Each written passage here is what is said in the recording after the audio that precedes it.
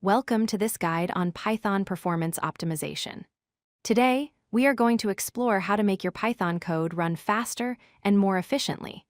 Whether you are building web applications, data processing scripts, or automation tools, understanding performance is key to taking your skills to the next level. First, let's talk about why optimization matters. It is not just about bragging rights. Optimized code executes faster, which reduces waiting time for your users. It is also cost-efficient.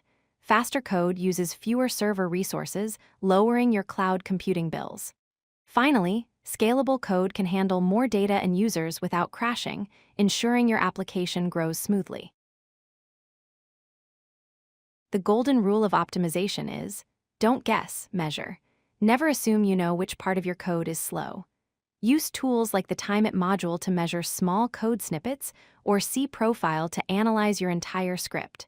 Identifying the actual bottlenecks ensures you focus your efforts where they matter most. Choosing the right data structure can drastically change performance.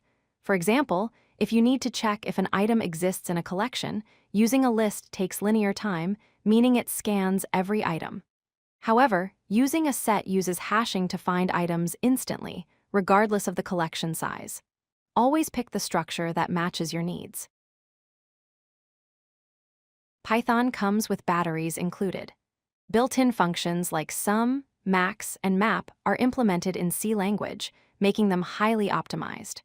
Replacing a manual for loop with a built-in function is often the easiest way to get a significant speed boost.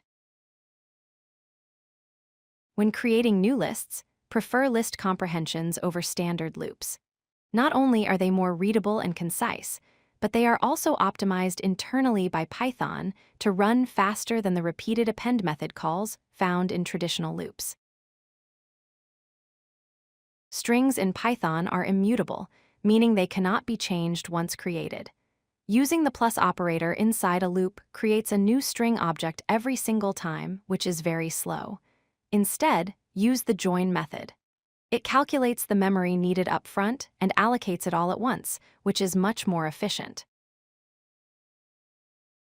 For large datasets, avoid loading everything into memory at once. Use generators with the yield keyword. Generators produce items one by one on the fly, keeping your memory footprint low and your program responsive, even when processing millions of records.